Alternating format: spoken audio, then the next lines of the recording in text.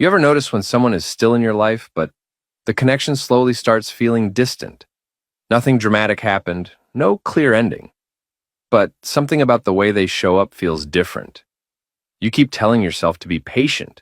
You remind yourself they're dealing with stress, work, family, their own problems. So you make space for them. You try to be understanding. You tell yourself it's not the right time to ask for too much. But quietly, things start changing. Plans become uncertain. Messages take longer. Weekends that used to feel close now feel empty. And little by little, you notice something uncomfortable. You're the one keeping the connection alive. You're the one explaining how you feel. You're the one adjusting your expectations again and again. And when you finally try to talk about the distance, hoping for reassurance, the conversation turns tense instead of caring. Suddenly, it feels like your feelings are the problem. I remember being in that place too. Not angry, just confused about how trying to be understanding somehow made me feel invisible. The quiet truth I didn't understand back then is this. Sometimes, when we keep being patient for too long, it slowly teaches the other person that we'll stay even when our needs aren't being met.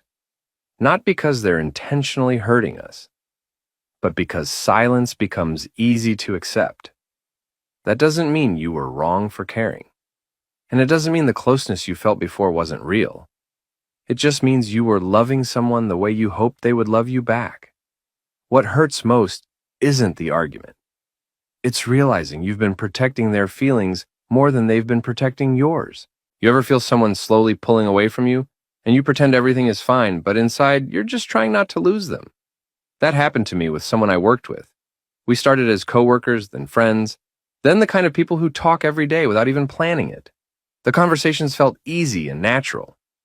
After a while, I realized my feelings had grown deeper than I expected. Part of me believed the connection meant something to them too. One night, things crossed that line. For a moment, it felt like everything I believed about the connection was real. But after that, something changed. They became more distant. I told myself not to pressure them. I tried to be calm and understanding.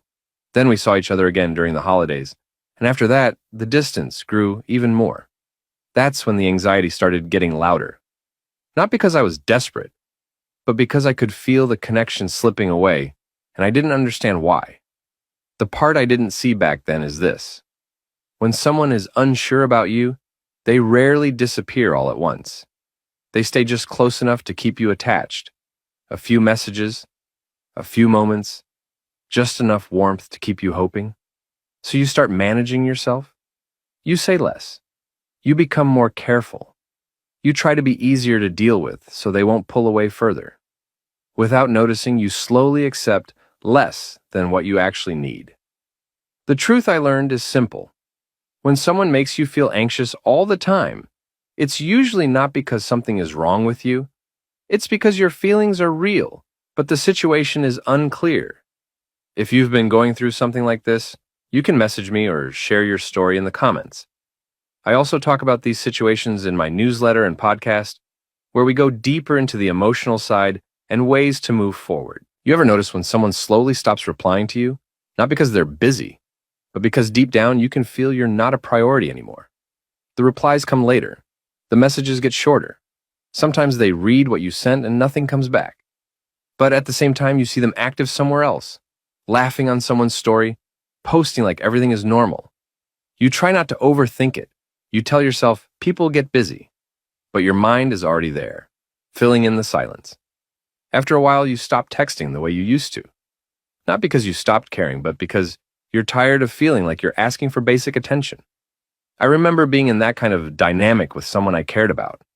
I was the one replaying conversations in my head, wondering if I said something wrong. They were the one disappearing for days, then coming back like nothing happened. So I tried to stay calm. I told myself not to ask for too much. But inside, I kept feeling the same thing. Ignored. Replaceable. Like I had to keep lowering my expectations just to keep the connection alive. The part I didn't understand back then is this. When someone keeps you emotionally uncertain, your mind stops chasing love. It starts chasing relief. You're not waiting for them because you feel secure. You're waiting for those small moments when they reply, and suddenly you feel chosen again. But the quiet truth is this: when someone truly wants you in their life, you don't need to study their behavior this deeply. And if this situation feels familiar and you've been holding it in, you can message me or write your story in the comments. I also talk about these situations in my newsletter and podcast, where I go deeper into the emotional side and ways to move forward.